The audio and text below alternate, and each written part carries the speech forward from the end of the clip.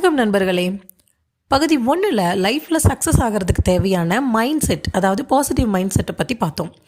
அடுத்து பகுதி 2 பற்றி பார்க்கலாம். வாங்க வீடியோக்குள்ளே போகலாம். வணக்கம் அண்ட் வெல்கம் டு அவர் குரல் உலகம் சேனல். பகுதி 2, வெற்றி. வெற்றினா என்ன? அது ஒன்று தற்செயலாக நடக்கிறது இல்லை. நம்மளோட மனப்பாங்கின் விளைவு தான் வெற்றி. நம்மளோட மனப்பாங்கு நாம் செலக்ட் பண்ணுற ஒன்று தான். சக்ஸஸ் அண்ட் ஃபெயிலியரை பற்றி நிறைய ரிசர்ச் நடந்திருக்கு. நம்ம செய்ய வேண்டியதெல்லாம் வரலாற்றிலிருந்து பாடத்தை கற்றுக்கணும். நாம் சக்ஸஸ் ஆனவங்க லைஃப் ஸ்டோரியை படிக்கும்போது அவங்களுக்குன்னு சில பண்புகள் இருந்திருக்கும். அதை ஏற்றுக்கிட்டு யூஸ் பண்ணினா நாம் கண்டிப்பாக ஜெயிக்கலாம். அதே போல் தோல்வி அடைஞ்சவங்க கிட்டேயும் சில காமனான பண்புகள் இருந்திருக்கும். அதை தவிர்த்துட்டா வெற்றிங்கிறது ஒன்றும் புரியாத புதிர் இல்லை. சில அடிப்படை கொள்கைகளை விடாமல் கண்டினியூவாக யூஸ் பண்ணுறதால வரும் விளைவு தான் வெற்றி. இதுக்கு நேர்மாறானதும் உண்மைதான். சில தவறுகளை திரும்ப திரும்ப செய்யறது தான் தோல்விக்கு காரணமாகுது. How do we define success? சக்சஸ்ங்கிறது சிலருக்கு பணம், அச்சீவ்மெண்ட், இன்னும் சிலருக்கு ஐடென்டிட்டி, ஆரோக்கியம், நல்ல family, happy and satisfied life. இதுதான். இதிலிருந்து என்ன தெரியுதுன்னா, சக்ஸஸ்ங்கிறது உள்ளார்ந்தது. ஒவ்வொருத்தருக்கும் ஒவ்வொரு அர்த்தம் இருக்கும்.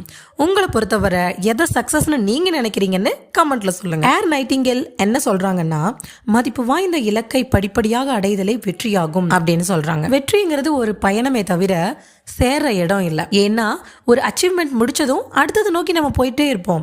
இந்த உலகத்தில் உயிரோடு இருக்கிறது மட்டும் வெற்றி இல்லை. வாழ்க்கையை முழுசாக வாழணும். பார்த்தா பத்தாது, கவனிக்கணும். படித்தா பத்தாது, கருத்துக்களை உள்வாங்கணும். பேச்சை கேட்பது மட்டும் போதாது, வார்த்தைகளை உணரணும். வெற்றிக்கான சில தடைகளை பற்றி பார்க்கலாம். தான்கிற அகந்தை, தோல்வி இல்லை வெற்றிக்கான பயம், பிளான் பண்ணாமல் இருக்கிறது, எய்மே இல்லாமல் இருக்கிறது, வேலையை தள்ளி போடுறது, கன்ஃபியூஷன்லேயே இருக்கிறது, பணத்துக்காக லட்சியத்தை கைவிடுறது, ப்ராக்டிஸ் இல்லாமல் தொடர்ந்து முயற்சி இல்லாமல் இருக்கிறது, இது எல்லாமே நம்ம வெற்றிக்கான தடைகள் தான். வெற்றி விளிம்பு அப்படின்னு எதை சொல்றாரு நம்ம ஆசிரியர்? வெற்றி விளிம்பு அடைய ஒரு வேலை எந்த குறையும் இல்லாமல் இருக்கணும்னு நினைச்சு ட்ரை பண்ணுறது நல்ல. எக்ஸாம்பிளுக்கு ரேஸ் குதிரை எடுத்துக்கோங்க. 5ல் 1 இல்லை 10ல் 1 ரேஸில் கலந்துக்கிட்டு ஜெயிக்குது. அது மற்ற குதிரைங்களை விட 5 இல்லை 10 மடங்கு வேகமாக ஓடக்கூடியதுன்னு நீங்கள் நினைக்கிறீங்களா? நிச்சயமாக இல்லை. மற்ற குதிரைங்களை விட கொஞ்சம் வேகமாக ஓடி மயிரிழையில் ஜெயித்தாலும் அந்த குதிரைக்கு கிடைக்கிற பரிசு என்னவோ 5 இல்லை 10 மடங்கு பெருசு தான். இது நியாயமா? No one cares about it. But இது தப்பு இல்லை. போட்டியோட ரூல்ஸ் அப்படி. போராட்டம். வாழ்க்கையில் நம்ம எப்படி சோதனை எதிர்கொள்கிறோங்கிறத பொறுத்து தான் அது துன்பமாவோ இல்லை வெற்றியாவோ மாறுது. முயற்சி இல்லாமல் வெற்றி வருதா? இல்லை. எக்ஸாம்பிளுக்கு ஒரு பயாலஜி டீச்சர் தன்னோட ஸ்டூடெண்ட்ஸுக்கு கம்பளிப்புழு எப்படி ஒரு பட்டர்ஃப்ளையாக மாறுதுன்னு சொல்லிட்டு இருந்தாங்க. ஸ்டூடெண்ட்ஸ் கிட்ட பட்டாம்பூச்சி கூட்டை காட்டி நெக்ஸ்ட் ஒரு சில மணி நேரத்தில் பட்டாம்பூச்சி தன்னோட கூட்டிலிருந்து போராடி எப்படி வெளியே வர போகுது, ஆனால் யாரும் அதுக்கு ஹெல்ப் பண்ணக்கூடாதுன்னு சொல்லிட்டு வெளியே போனாங்க. இந்த மொமெண்ட்டும் வந்துச்சு. வெளியே வர போராடிக்கிட்டு இருந்தது. அது போராடுறத பார்த்து ஸ்டூடெண்ட்டில் ஒருத்தன் அது மேலே இறக்கப்பட்டு டீச்சர் சொன்னதையும் மீறி அதுக்கு வெளியே வர ஹெல்ப் பண்ணுறதா நினச்சி அந்த கூட்டையே உடைச்சிட்டான். ஆனால் கொஞ்ச நேரத்தில் அந்த பட்டாம்பூச்சி செத்துருச்சு. டீச்சர் திரும்பி வந்ததும் அங்கே நடந்ததை கேட்டுட்டு அந்த ஸ்டூடெண்ட் கிட்ட, நீ அதுக்கு ஹெல்ப் பண்ணுறதா நினச்சி நீ அதை கொன்னுட்டேருந்து வெளியே போராடுற போராட்டம் உண்மையிலேயே அதோட சிறகுகளை வளர்க்குறதுக்கும் பலப்படுத்துறதுக்கும் தான் உதவும். இதுதான் இயற்கையோட சட்டம்னு சொன்னா நம்ம லைஃபுக்கும் யூஸ் ஆகும். ஸ்ட்ரகிள் இல்லாமல் சக்ஸஸே இல்லை. தடைகளை தாண்டி வெளிவருது. தடைகளை ஃபேஸ் பண்ணுறவங்கள விட அதை தாண்டி வரவங்க ரொம்ப சேஃபான இடத்துல இருக்கிறாங்க. ஆரவாரம் இல்லாத கடல் எப்பயும் ஒரு டேலண்டான மாலுமியை உருவாக்குறது இல்லைன்னு ஒரு இங்கிலீஷ் ப்ராவர்பே இருக்கு. தோல்வி விட்டுறவங்க போராட்டத்திலிருந்து விலகி போராடுறதையே விட்டுருவாங்க. போராடுறத விட்டுட்டா நம்ம எப்படி ஜெயிக்க முடியும்? ஸோ தடைகளை தாண்டி வந்தாதான் வெற்றிங்கிற கனி நமக்கு கிடைக்கும். நம்ம எப்படி வெற்றி அளக்கிறது? வேலையை கரெக்டாக முடிச்சுட்டோங்கிற ஃபீல் அண்ட் எய்மை அச்சீவ் பண்ணிட்டோங்கிற அந்த ஃபீல்னால தான் ஒரு ட்ரூ சக்ஸஸ் அளக்கப்படுது. வெற்றிங்கிறது எவ்வளோ உயர்ந்திருக்கிறோம் அப்படிங்கிறத பொறுத்து இல்லை, நம்ம விழும்போது எவ்வளோ டைம் திரும்ப உடனே எந்திரிச்சு நிற்கிறோங்கிறது தான் வெற்றி. ஒரு வெற்றி கதையிலையும் ஒரு தோல்வி கதை இருக்கு. எல்லா வெற்றி கதைகளுமே தோல்வியின் கதைகள் தான் அப்படின்னு சொல்றாங்க. ஆனா மக்கள் யாரும் தோல்விகளை பார்க்கறதே.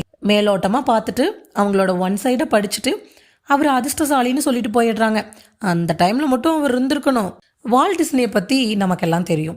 அவர் ஃபேமஸ் ஆகிறதுக்கு முன்னாடி ஒரு இளம் கேலி சித்திரக்காரராக இருந்தார். அப்போ பல செய்தித்தாள் ஆசிரியருங்க திறமை இல்லாதவர்னு அவரை ரிஜெக்ட் பண்ணாங்க. ஒரு பாதிரியார் தான் ஒரு சில கேலி சித்திரங்களை வரைய அவரை வாடகைக்கு வச்சாரு. அதுவும் டிஸ்னி சர்ச்சுக்கு பக்கத்துல நிறைய எலிகள் நடமாடுற ஒரு கொட்டகையில தான் அவர் வாழ்ந்தாரு. ஒரு சின்ன எலி துருன்னு அங்கேயும் இங்கேயும் ஓடிட்டு இருந்ததை பார்த்த உடனே அவருக்கு ஒரு பொறி தட்டுச்சு.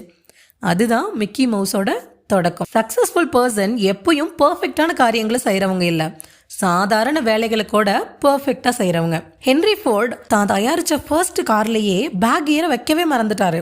இவங்களை ஃபெயிலியர்னு சொல்லுவீங்களா? இல்ல, ப்ராப்ளம் எதுவும் இல்லாததால இவங்க வெற்றி அடையல. ப்ராப்ளம் இருந்தும் இவங்க ஜெயிச்சிருக்காங்க. ஆனால் வெளி உலகுக்கு இவங்க ஏதோ பெரிய அதிர்ஷ்டசாலி மாதிரி தெரியுவாங்க. இதை போல தான் Thomas Alva Edison, Abraham Lincoln, இவங்களை போல இன்னும் நிறைய பேர் இருக்காங்க. அவங்க வாழ்க்கையில் உடனே ஜெயிக்கிறது கிடையாது. எத்தனையோ போராட்டங்களை சந்திச்சு அதை எதிர்கொண்டு அந்த தடைகளை எல்லாம் தாண்டி கடைசியில் வெற்றி அடைஞ்சிருப்பாங்க. வாழ்க்கைங்கிறது full of choices and compromises தான். வாழ்க்கை எப்படி ஃபுல்லா விட்டு கொடுத்தலால ஆனது? நாம நம்மளோட பெத்தவங்களையும் நம்ம பிறப்போட சூழலையும் சூஸ் பண்ண முடியாது. இப்ப மட்டையோட பந்தை எதிர்கொள்ளும் போது பந்து வர்ற விதம் நம்ம கையில இல்ல. ஆனா பந்து நம்மளை நோக்கி வந்ததுக்கு அப்புறம் நாம என்ன செய்ய போறோம்? பயந்து விலகிறோமா இல்ல பந்தை அடிக்க ட்ரை பண்றோமா? அதை நாம தான் சூஸ் பண்ணணும் இல்லையா? எக்ஸாம்பிளுக்கு ரிச்சர்ட் ஃப்ளெச்னிடன் 1904 செயின்ட் லூயிஸ் வேர்ல்ட் எக்ஸிபிஷன்ல இந்திய டீயோட சேல்ஸை அதிகப்படுத்த நினைச்சாரு. ரொம்ப சூடா இருந்ததால அவரோட சாம்பிள் டீயை கூட யாரும் குடிச்சு பார்க்க ஆசைப்படலை. ஃப்ளெச்னிடன் மற்ற எல்லா கூல்ட்ரிங்க்ஸும் நல்லா சேல்ஸ் ஆகிறத பார்த்தாரு.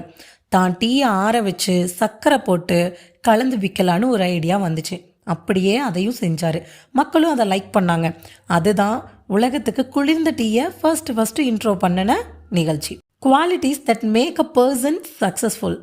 ஒருத்தரை வெற்றியாளராக மாற்றுறதுக்கு 10 தன்மைகள் இருக்குது அப்படின்னு நம்ம நூலோட ஆசிரியர் சொல்கிறாரு. அது என்னென்ன அப்படின்னு நம்ம அடுத்த வீடியோவில் பார்க்கலாம். நன்றி.